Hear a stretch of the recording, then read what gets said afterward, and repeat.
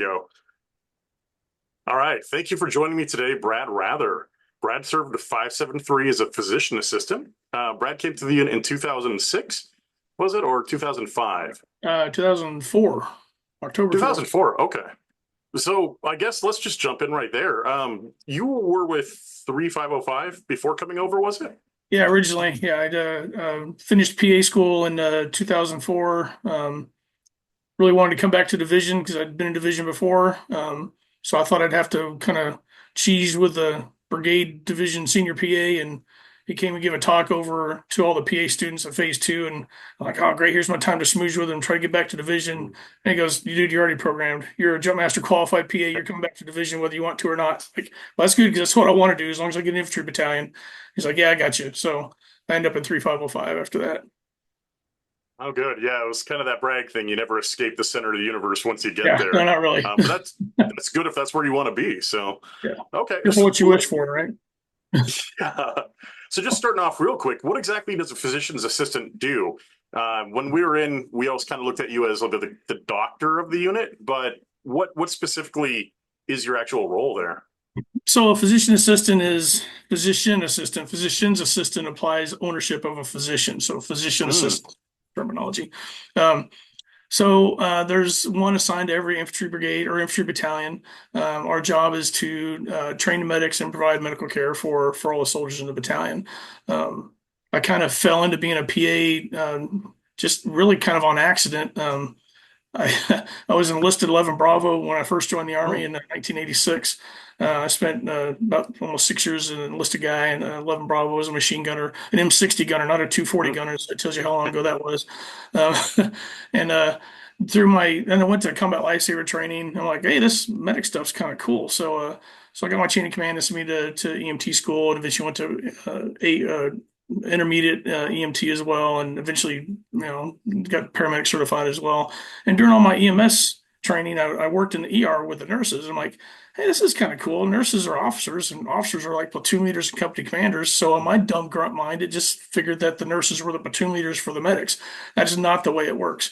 So I spent 3 very long and painful years in the Army Nurse Corps, and I hated it. And I transferred to Medical Service Corps because they weren't taking officers into PA school at the time. PA school was an enlisted only program. And they said, well, you could design your commission, go back to being an E6 and put in a packet and see if you get picked up. I'm like, yeah, that's a lot of variables for no guarantee. So I'll just go be a medical service corps officer, like a medical platoon leader, like Lieutenant Hesterman was for us, who is now a doctor and Lieutenant Colonel Hesterman. So I did that for about 8 years, and just kind of accidentally found out that they started this new pilot program to bring officers into PA school. So I was in company command as a medical service corps guy in the Sinai in Egypt, and had one of my soldiers had a bachelor's degree in like kinesiology or something like that. I'm like, dude, why are you enlisted? You could be an officer. He's like, well, my recruiter didn't tell me that. I'm like, well, it's it's a recruiter for you. So let me make some phone calls, and I kind of just found out by accident because the branch manager for medical service corps branch was leaving for PA school. I'm like, hey, how are you leaving for PA school? You're an officer. And she told me about the program. So I put in a packet and I got picked up, and the rest is history. Right back to an infantry battalion as a PA, which is what I wanted to do anyway. So. No, great. And how long were you with 3505 before the changeover happened? So I got there when Colonel Johnson was still a commander, and Big Jim Champlain was still the sergeant major for the battalion. And then when we transitioned over, so I was there from October 2004 until we transitioned. Went to Katrina, still with the HHC 23505. So, and then we got back and we made the final picks for everything. And it's funny, when we got back from Katrina, we were set on a deployment order to go to Iraq before we went to Katrina. And then we went to Katrina, we came back, we had all the connexes packed to deploy, and they said, hey, unpack everything. You remember that? I don't know if you guys were part of the squadron by then or not. Yeah. Unpack everything, we're not going. I'm like, man, I've been in the Army at that time for like 12, 13, 14 years. Hadn't deployed anywhere yet. Still here I was a senior captain with no combat patch on, which, like the war had been going on for a while. Like I just kept missing every freaking deployment, and was hurting my pride a little bit. Like I trained, I joined to go do stuff and take care of soldiers in combat, and I hadn't deployed anywhere yet, and so I heard Fourth Brigade was getting ramped up, so I tried like heck to bail and go over to Fourth Brigade, but Colonel Pappas, General Pappas now, Mhm. obviously, said, "Doc, you're not going anywhere. We're going." I'm like, "Are you sure, sir?" He's like, "Just you're not. I'm not letting you go. You're staying with us." So Mhm. thank God he did, because I can't imagine going with anybody else. Yeah, I've always found it kind of interesting. The more stories that I hear, it's almost in a way like Big Army came together just at the right time to hold the right people in the right place for a very specific thing. Yeah. Yeah, I remember that warning and just kind of telling the family like, "Hey, we're going. It's going to happen early in the summer, whatever," and then coming back and go, "Oh, you know what? No, just kidding. We're not." Yeah. But kind of back and forth with We changed their the mind. You're deployment not going. orders. Yeah. Yeah. So going back, let's go back to Katrina real quick. That was a really unique situation. Active duty military deployed on American soil, but as humanitarian relief. As a medical officer, was there anything special that you prepared for that, or anything you experienced in that helped later down the line when we got to Iraq? Well, we actually had better air conditioning in Iraq than we did in Katrina. You probably remember. Yeah. Well, we had great air conditioning when Hurricane Rita hit and we were in the parking garage. Yeah, exactly. It's funny, because that was a long weekend, and Hmm. like a couple of my guys, I think Tim Tolliver was on his way back to New York to go Hmm. see his wife at the time, and he's like, and a couple of guys are like, you think we're gonna get called out for Katrina? I'm like, hell no, man. We're America's Guard of Hmm. Honor, man. We're not. We're Rapid Deployment Force. That's a National Guard's job. Hmm. And of course, I found out on CNN that 82nd Airborne to deploy to Hmm. Katrina, and then my phone rang like 30 seconds later, like, "Hey, you can pack your crap. We're going to Katrina." So Hmm. yeah, that was kind of a surprise. I didn't expect us to do that, but it was a good shakedown of kind of just our equipment, and getting to play with our equipment in the aid station. We Sergeant Woodruff and me and it might just be me and Sergeant Woodruff. We're stuck at Green Ramp with our truck, and it kept getting Hmm. delayed for getting loaded on the aircraft, and we were there. The convoy had already left. The convoy had already made it to Katrina, and we were still sitting at Green Ramp for like 2 extra days. And they were like, "Well, Colonel Pappas needs one of his tactical vehicles." I'm like, "I need to get to. I got soldiers downrange right now with no medical support other than their line medics and what the line medics have in their aid bag. I got this truck full of medical equipment. I don't. Colonel Pappas can have my truck when we get there. I'll give him Hmm. my truck, but I need to get all these supplies down there." So they finally put us on the airframe and got us down to Katrina. So Hmm. that was pretty eerie. Driving the streets of New Orleans, and there's nobody. Hmm. Just looked like I was waiting for zombies to come out of out of the alleyways, because it was really just desolate. Yeah, just to cut in on that, the deployment down to Katrina happened in several phases. I know there was an immediate phase that I was on with one or two airplane flights in and out of the airport. Then there was a convoy that was put together. I forget how many vehicles, but it was a convoy of vehicles that came down as support after. And then I guess there was some subsequent flights after that. So even the Katrina rollout, it wasn't all at once, and it was kind of staggered. It was again something there was no real plan for. It was just last minute. So it was just interesting how that was put together. Yeah. Yeah, going through those streets at night was, especially as a fresh private, it was scary because using NVGs in an American city and all you can see are the few emergency lights and the towers and everything looked like bombed out at night. And just when people would come out, it was an experience. Even going to Iraq, you expect that in a war zone, but in an American city, it was just shocking to see. Well, and it was it was funny, the PR angle of it too. Here we are Mhm. walking around with our berets on and web gear and weapons, Yeah. which would never Mhm. happen on Fort Bragg. You would get yelled at for Mhm. your LCE on and a beret at the same time, and God forbid you wore a PC then, because Mhm. those were verboten. So yeah, it was pretty funny. Mhm. Well, when we came back from that, we ended up deploying in August of 2006 to Iraq. Mhm. Um, how did the aid station get ready? What kind of things were you working under to prepare for all that? So I kind of made it a point that every Wednesday we did training. Mhm. The Lieutenant Hesterman and Sergeant Woodruff, their job was to make sure soldiers did PT and did their weapons qualification and their height, weight, and all that kind of stuff, and all the admin Mhm. things to run the platoon. And my job was to train them to make sure they were medically ready to provide medical care. So I, Mhm. I put out a policy like from the get-go that every Wednesday afternoon is my day to train medics, and everybody needs to be there. So don't put medics on staff duty on Tuesdays. Don't do anything like that. And I want all the medics there so we can do training. And we did. We trained every Wednesday from 1300 until 1700 to just to make sure everybody's ready to go. I had a lot of friends that worked over at the special operations side of post, and they would let us kind of tag team on some of their live tissue training and stuff like that. And to the Mhm. point that some of the medics are like, "Oh my God, I can't believe we're gonna go stick chest tubes and goats again." I'm like, Mhm. oh, like I don't want to go anymore, sir. I'm like, that's good. That's why you're going because you're getting tired of it. Mhm. I want you to be proficient at it when we actually have to do it. So, and that all paid off. I've had heard nothing but good things about our medics from every other unit that saw us work, and Mhm.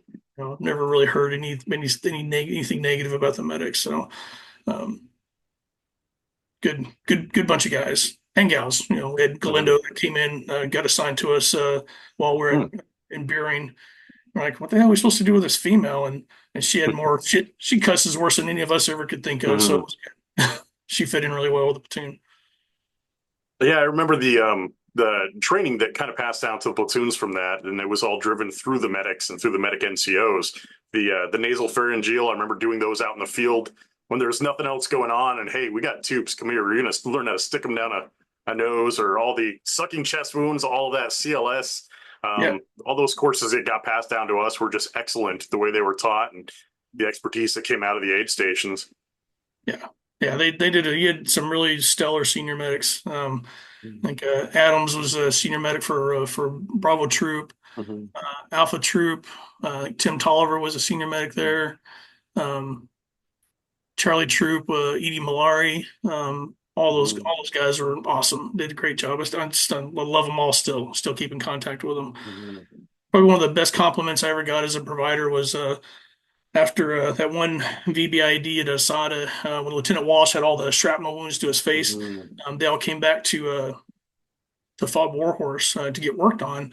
Um, and I was busy doing other stuff, and so Sergeant McToyer who was one of my Mhm. ATLS medics, took Walsh in the back and cleaned him up and put the sutures in his face. And in the Army Medical Department, it's kind of a big deal for a medic to put sutures in somebody's face because we don't want to scar or anything like that. So he couldn't find me. He did a procedure note, did everything. Everything looked really well, and he couldn't find me. So we went and found the senior surgeon for the Brigade Support Battalion from I think it was First Cav.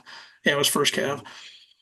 And he's like, "What do you mean you put sutures in a soldier's face?" He's like, "Let me go see this." So he stomped up the back and he looked at all the sutures of Lieutenant Walsh's face and goes, "Oh, those are pretty good sutures. Let me see this procedure note." And he read through the procedure.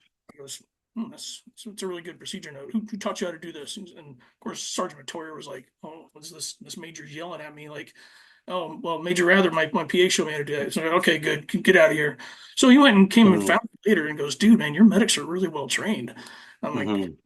I work on that. It's like, my medics suck. I'm like, well, whose fault is that? If you just Mhm. spend a little bit of time training them, they want to learn. They're not dumb. They know how to do stuff. And every one of those medics just made me like a proud daddy. I mean, they really did Mhm. stepped up when they needed to. And I don't have anything negative to say about any of those medics that we went downrange with. So, Yeah, I know on the receiving end of well, I mean, fortunately, I was never on the receiving end of medical treatment, but seeing the receiving end of the medics at our end, yeah, every single one that we served with, I deeply respected. They got into so many things.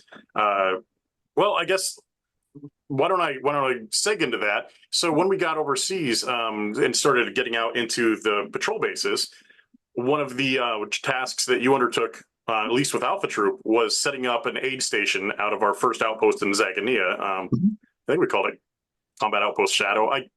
I forget. We had so many different names, but you guys set that up both for treatment of soldiers, but also for civilians and the populace. You ran med caps. Actually, sorry. And if you could remind me what med cap actually means for people oh that don't know? man, that's a good one. And they don't call them med caps anymore. They call them Hmm. village medical engagements or something like that now. It's a Mm-hmm. term for it. But it's basically just going out, and we did one. I did one. I know Doc Rob did a few because he really, that was really his thing. He's really into doing those, and I really wasn't.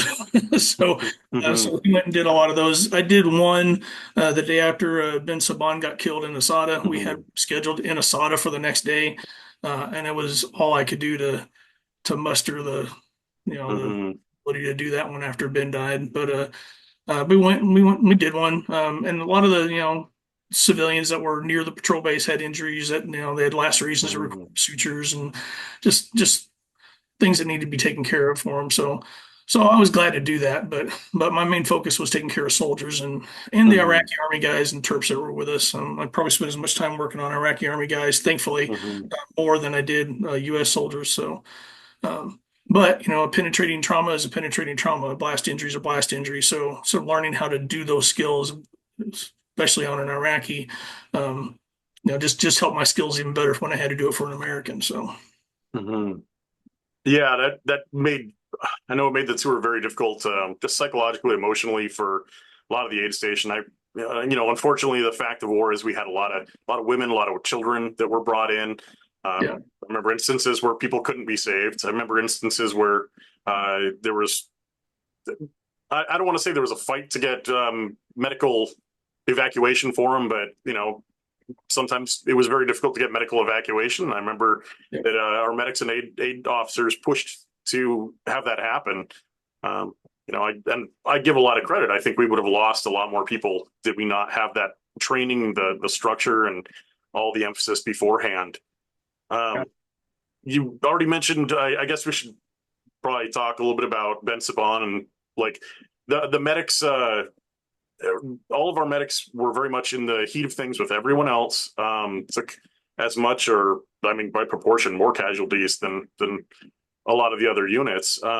If you don't mind talking a bit about Ben Saban and like Doc Harriman, some of them guys, because their stories are pretty phenomenal. Yeah, yeah. Ben came to us from SFAS. He was actually he'd already been selected, but I think he was already in the Q course actually, and that's Mm, he was dropped from the Q course. Um, to our benefit, I mean, mhm, I don't know, I don't know who was grading that guy, and I don't know what, because Ben is probably the most down to earth medical NCO. Will give you the shirt off his back kind of person that I've ever known. I mean, just a great human being. But SF's loss was our gain because he was a great go between. Um, very even keeled. He Sergeant Woodruff was a dominant NCO. Put it that way. Can be very abrasive at times. Because he came from that old school, with that, you don't kill them with kindness, you kill them with mhm, standards, smoke the crap out of people. So, and there's a place for that, but there's also a place for a little bit of, one on one, and let's just de-escalate things a little bit, which um, that didn't happen very often. But when Ben came in, he took a lot of the brunt of that stuff. record to this computer. Okay, perfect. So that should be recording. That sucks. That was such a great spot, or a terrible spot for an interruption. That's all good. So, Life happens. uh, yeah, I So, mean, let me just pick up okay, where I think we're left sure. off. Yeah, you were talking about Doc Woodruff and Doc Saban kind of just bouncing off each other with personalities Hmm. Yeah, and that. Yeah. Ben was definitely a 180 degree of Jonas. Uh, Jonas and I had butted heads a few times about stuff. Ultimately, I mean, we're a team. Husbands and wives disagree, siblings disagree, Hmm. platoon sergeants and PAs disagree, but in the end, we're still one team, one fight, right? So it's okay. It's a healthy relationship to disagree with people. Um, but Ben was really just kind of the glue that held everybody together. He would intervene in between when Sergeant Woodruff was on a rampage with somebody like Matoyer or Tolliver or somebody or Trout or one of those guys, and just you know Ben would just kind of like, hey, come on, I'll take care of it, Sergeant Wood, if you don't have to worry about this. And he'd go, Hmm. even out everybody's feathers a little bit. So, very personable guy. Loved him to death. We kind of had this thing going back and forth. People would send us those care packages all the time. Mhm. And somebody sent one of these big 18-inch summer sausages. It was like 18 inches long and about Mhm. that big around. And and Ben found that thing, and he would I'd be out on a mission, I'd come back for a refit, and it'd be like underneath the pillow in my bunk, and I'd go take it and stick it in his sleeping bag, and then I'd Mhm. go on the mission, I'd open up my aid bag, and it'd be in the middle of my aid bag. So we just kept sticking this sausage back and forth in somebody's, in each other's kit and stuff. I went home on mid-tour leave right after Turkey Bowl 2, and Mhm. I go through the customs desk with some Navy quartermaster guy. Say, okay, hey sir, just dump your duffel bag up on top of this wooden counter with a big metal tin on top of it. So I did, and that Mhm. freaking sausage fell out and hit the tin and went. And the master at arms looked at me, kind of curious. I'm like, that's one of my medics fucking with me, I swear. He's like, I don't need to know, sir. Whatever's going on, you can take your sausage with you. So I took the sausage home with me all the way back to Mhm. Fayette, and brought it back to Iraq. And then as soon as I got back to Iraq, I think I stuck it in his sleeping and back in his bunk again. And I got the message that we were all moving up to Diyala, and it came out, and he zip tied that sausage to the bumper of my gun truck. So I left I left it on the gun truck, and it was probably about a week later when he was killed. So Mhm. I left that sausage on there until it just finally fell off. But that's just something I'll always remember about Ben. He's just a great human being. They have a building named after him here at Fort Sam Houston in San Mhm. Antonio. So I go check that pretty regularly. I got some pictures posted up there of him and different pictures from the deployment, and it's good to see that building that they kept his spirit alive. Mhm. So I am losing a little bit on audio. I'm not sure if you're far from your microphone. I just wanted to ask real quick about this. I know it's an emotional subject. Just the day of the attack and how Ben was killed. It was my understanding that he ended up losing his life partly because he had prioritized the welfare of other soldiers ahead of himself.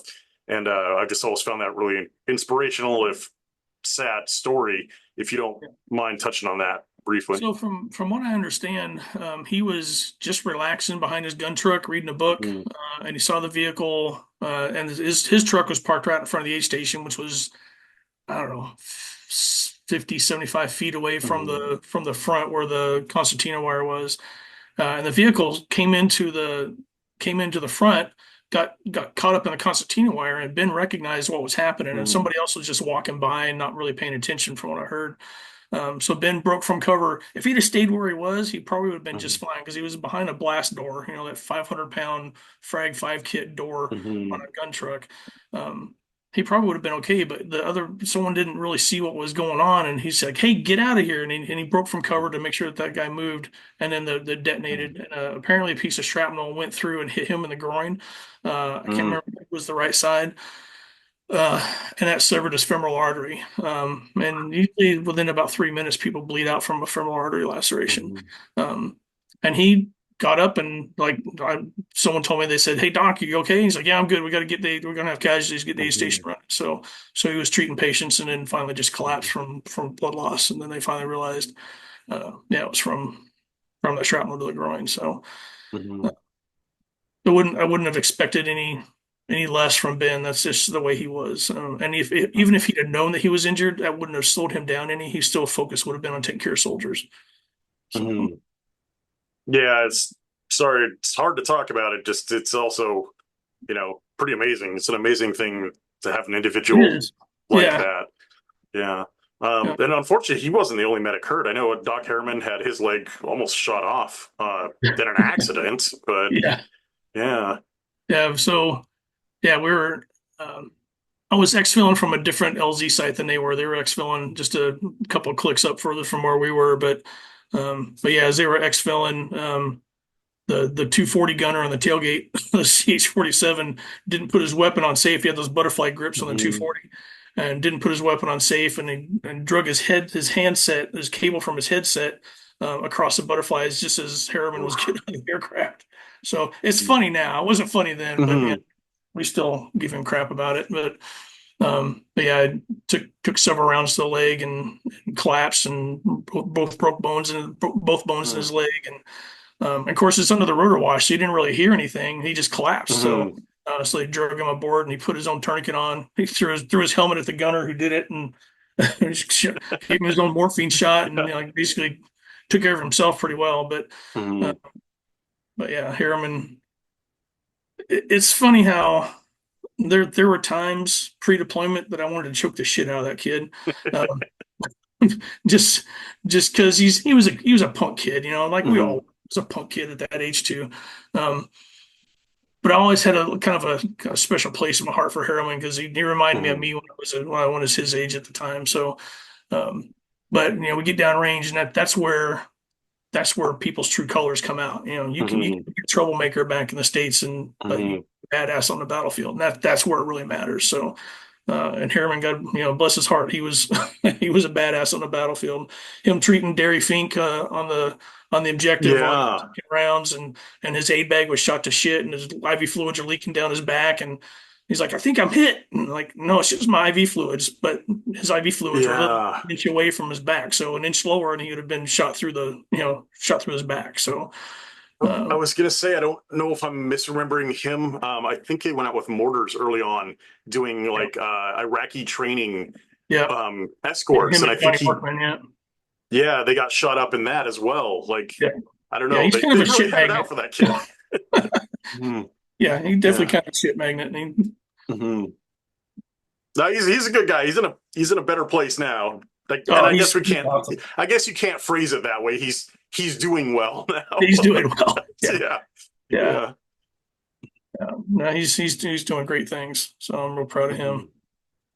Mhm. And And so partly, my memory is really fuzzy on a lot of stuff, especially when we get towards like mid tour. I know my own emotional mental space closed down a lot.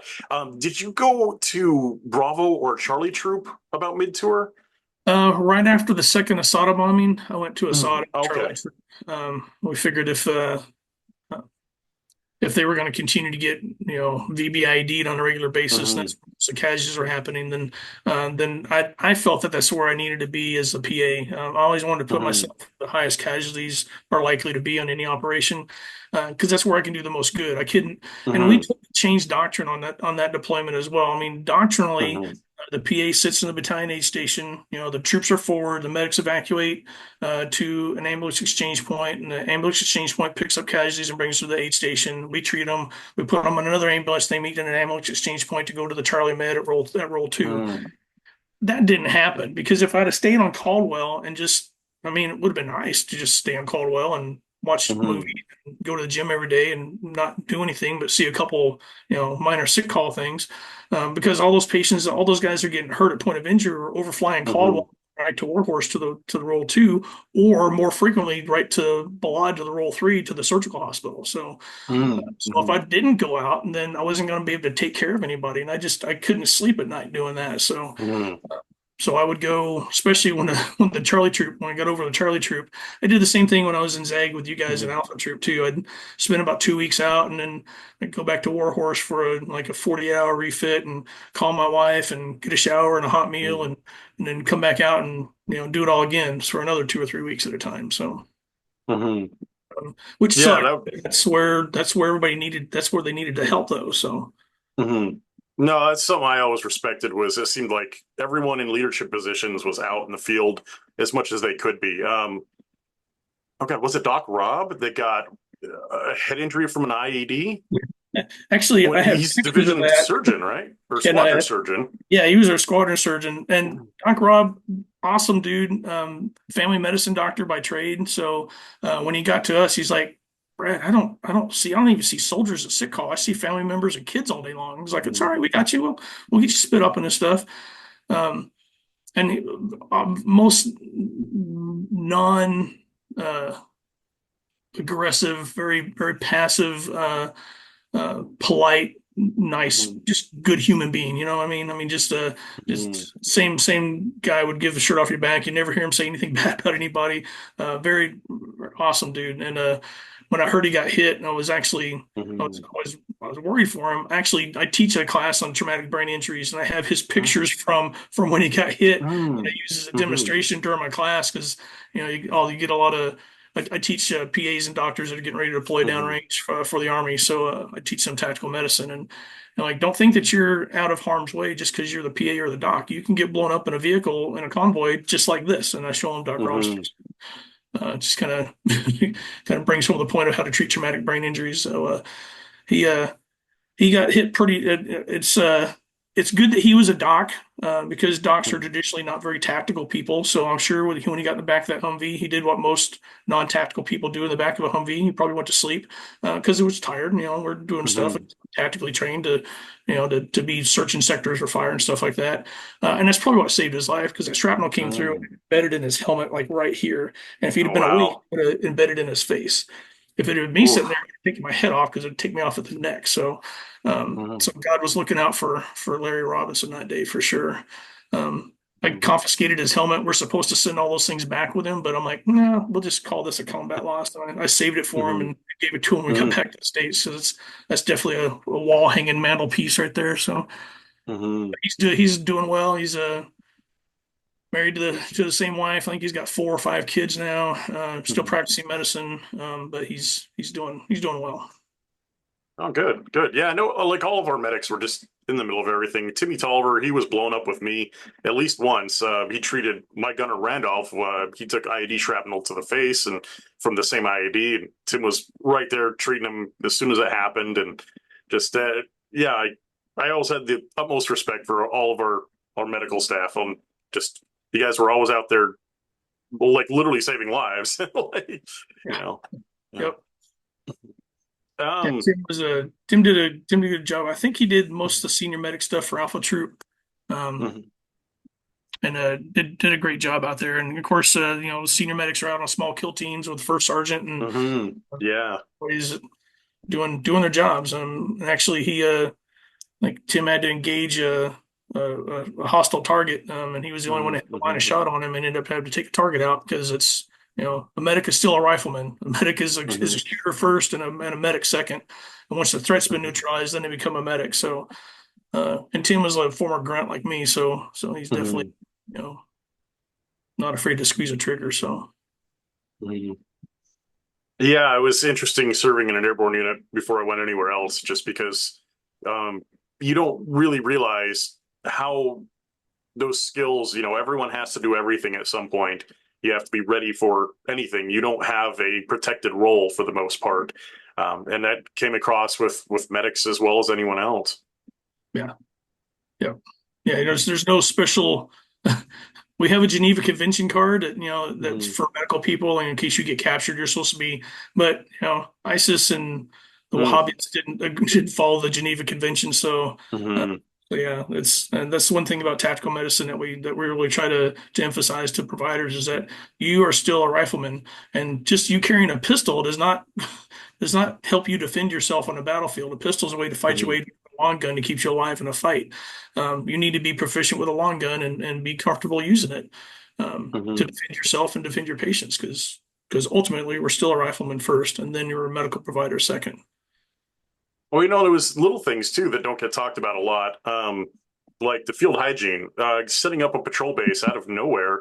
There's a big problem with what do you do with excrement? What do you do with where do people go pee? How do you keep that clean so you're not spreading disease?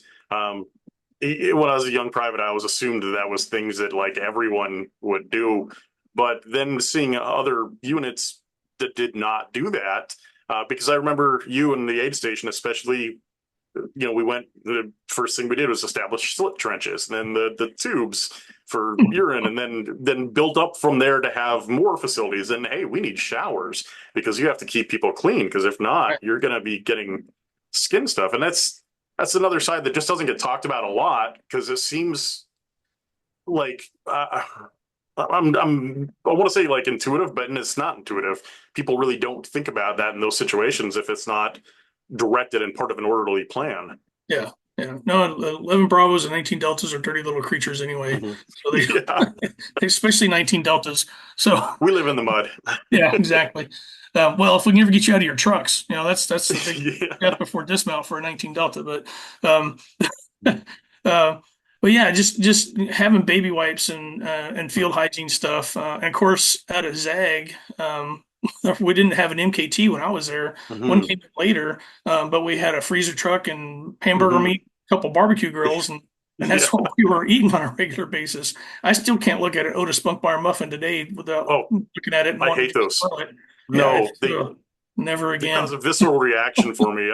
I ended up Yeah, pulling a duty for a while in between patrols, just cooking hamburgers for everyone coming and going. It was one of the best details. No one would give you any heat if you were cooking hamburgers for people. yeah, exactly. Yeah.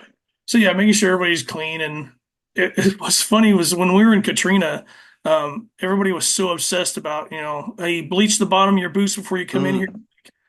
Look, the streets are dirty, but this is New Orleans. Mm-hmm. People piss on the streets here every day, right? You don't have to bleach the bottom of your boots, okay?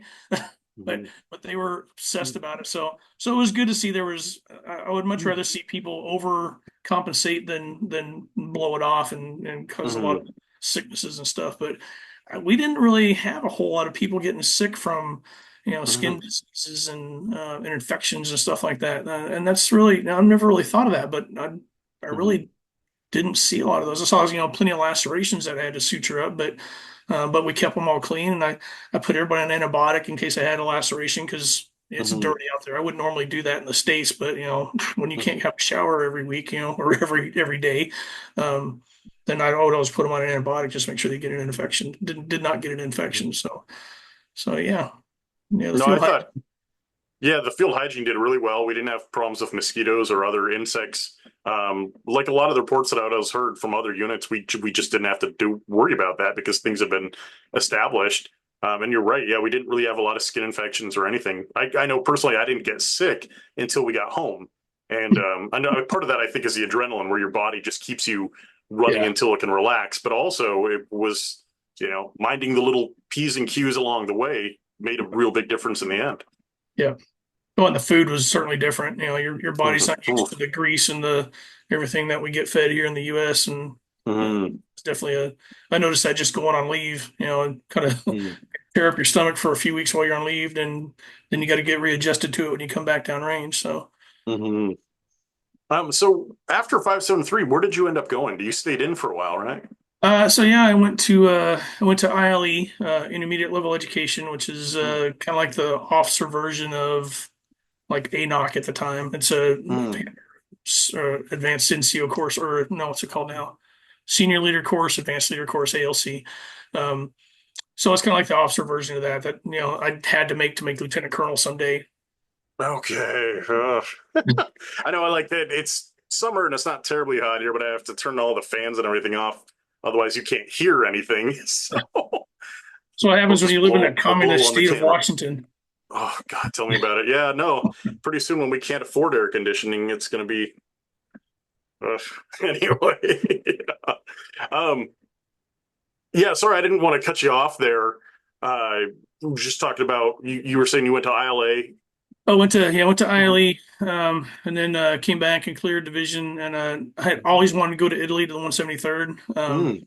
And I got my wish finally. So I went to Italy to a Second Battalion, 503rd Parachute Infantry Regiment, and 173rd Mm. Airborne.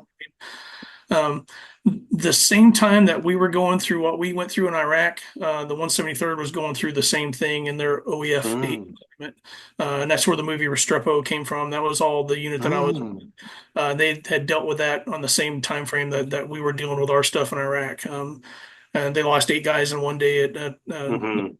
gunfight at the I think it's Rancho, or well, I forgot the name of the fob that they were at, well, the combat outpost they were at, but yeah, it was a pretty stressful deployment for them. So I was getting back. I got to Italy just as they were all getting back from block leave from that deployment, and they had a kind of a mass exodus like most units do after deployment. And all the people that were stop lost were getting out, and so I think it was 14 brand new medics that had just arrived right at AIT. Some of them hadn't even gone to jump school yet, so they ended up going to jump Mm. school later on. Um, so which was good because I got brand new medics that had not been anywhere else yet, hadn't been tainted by anyone else teaching them stuff Mhm. that was wrong. So had an excellent platoon sergeant and senior medics that were just awesome. They were they were really good. So I did the same thing. Every Wednesday afternoon was my day to train, and we trained every Wednesday afternoon. Didn't get to do as much live tissue there. Didn't get to do any live tissue there, but we still trained a lot, and they did. They made their mark. We went to Grafenwehr, to the European equivalent of JRTC. I managed to piss off the ops group sergeant major because I usually walk in the aid station every morning and go, "What's up, bitches?" And just kind of my thing, you know. So so my medics gave me this patch right here. This is "What now, bitches?" And I still have it, obviously, Mhm. my little room right here. And so I was treating simulated casualties at Mhm. Graphic Fear, and this sergeant major OC came up and goes, "Is your chain of command comfortable with you wearing cuss words on your uniform?" Talking about, Sergeant Major? He goes, "You have a curse word on your uniform." I'm like, "I don't give a shit." And I walked away. So I'm treating patients right now. So I went and Mhm. got my sergeant major and say, "Hey, sergeant major, ops group sergeant major is probably going to be giving you a rash of crap about, my patch." And he's like, "Doc, you can wear whatever damn patch you want to, because all that these OCs have been telling us is that these are the best medics they've seen in 7 years come through here. So you just keep Mhm. what you're doing, and you can wear that damn patch, and that sergeant major can kiss my ass." So Roger, Sergeant Major. We'll drive on then. So um, I love training medics. It's just it really, I like to take the things that I've learned, and more importantly, the things that I've Mhm. fucked up. I've screwed things up. Mhm. I mean, and and people have died because of things I've done wrong. Mhm. Fortunately, it wasn't Americans that died. It was it's Iraqi army people. But I learned lessons from that, and I teach people that. I said, "Look, this is what happens when you don't do this correctly. People Mhm. don't miss this like I did." Uh, Mhm. so so by that second deployment, I was much more skilled at my job than on the first deployment. Um, and thank God for guys in the first deployment like Mark Adams and Mhm. Chris Dupuis and even Sergeant Woodruff. Guys that had been deployed before, and I'd listen to some of the things that they talked about. And what are you complaining about? You got battery. You got you got everything you want. Why would you fail me like this? I don't know how to cool it down. I don't have a fan that I can put on it, or fucking put ice cubes on a $5,000 camera. There you Fucking go. it's it's really close to my monitor. Maybe that's it, because I have to sit far enough away with all this light and bullshit. Yeah. Anyway, we'll try and rush. I'll try and rush through, because I, I still want to ask you a couple of questions, and you're having great stories, and I'm frustrated with the equipment. But I was going to say, one of the things that I always remembered, one of the lessons that you taught me, was at Caldwell. I can't remember why. It was like a troop.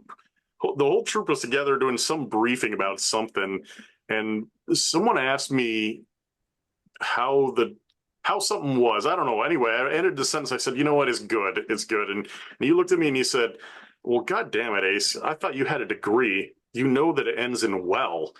And ever since then, I have always ended every sentence in "I am well." So you just called me out grammatically, and like That was that me, stuck. because I'm like the Yeah, least grammatical Nazi ever. yeah, yeah.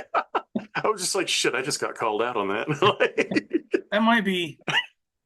I might have got that from my mom. Anything worth doing is worth doing well. Said anything worth doing is worth Yeah. doing good. Yeah, come to take it, that might have been me. Well, it's good. Let me. I hate to rush you, but what are you doing now? Let's talk a little bit about what you're doing now. Now that you're out, and what you have going on just before the camera shits itself Or again. shits the bed again.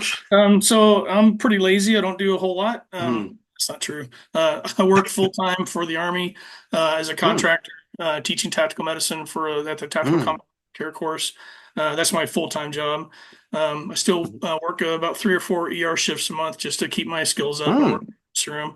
I'm the assistant medical director for the fire department in Seguin, Texas. hmm, So I do all the protocols for them and train the paramedics and do that stuff. I'm also the medical director for the Seguin Independent School District, so I oversee the nurses that are camera's still too hot. I'm also the medical director for Seguin Independent School hmm, District, and I oversee the hmm. school courses during their stuff. And I started my own company. I started a RR Tactical Medical Mm, Training. Um, I'm working on trying to get some like government contracts. I actually have a contract right now with mm, a training company. Actually, Rod Matoyer, Dr. Rod Matoyer, mm, he's a PhD. Said, "Hey, sir, can I hire you as a consultant?" And I'm like, "Oh, yeah, mhm. sure." So I'm doing some consultant work for his company on some projects they've got for the government, and working on trying to get some other contracts. So I still love teaching though. That's my main the main thing that I really enjoy doing. Mhm. And I can see doing that until I keel over. So Well, good stuff. And I'll tell you what, because the technical stuff keeps screwing up. Let's why don't I give you a final word, and we'll probably end it there, and then we could talk later about other stuff if you want. But I'll have to figure out a better system for this.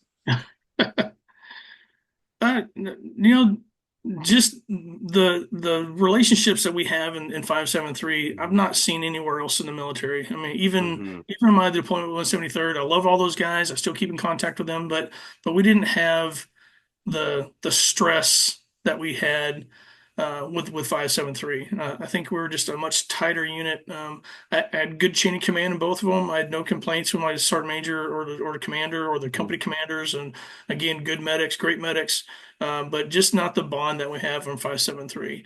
And Hmm. I just don't know where you ever see that again. It's something really special.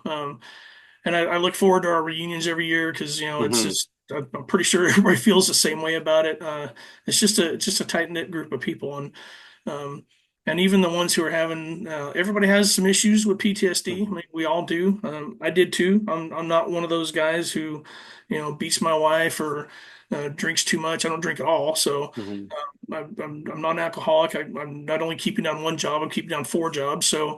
So I'm able to do that. But I still have issues, and I still have issues Hmm. where I hurt the people who care about me the most. And I'm like, man, I'm just being an asshole. Why do I keep doing this? So I went to the PATH program with Ray Edgar and Hmm. his guys there, and it helps you identify some things that you need to improve on. And like they say at PATH, it help you empty your rucksack of the shit that you've been carrying around that you don't need to be carrying around anymore. So, um, and I tell that to providers on a regular basis too. And I hope all the brothers and sisters from Hmm. 573 recognize that too. Said, look, if a major who's a healthcare professional who should know the signs and symptoms of PTSD but still ignored them myself, if I can say, hey, I've got PTSD and I need to help, then anybody can say, hey, I've got PTSD and I need help. Hmm. Because I'm a proud man. I take all my feelings and I push them down right here, and I don't talk about shit Hmm. because it's what we do as men.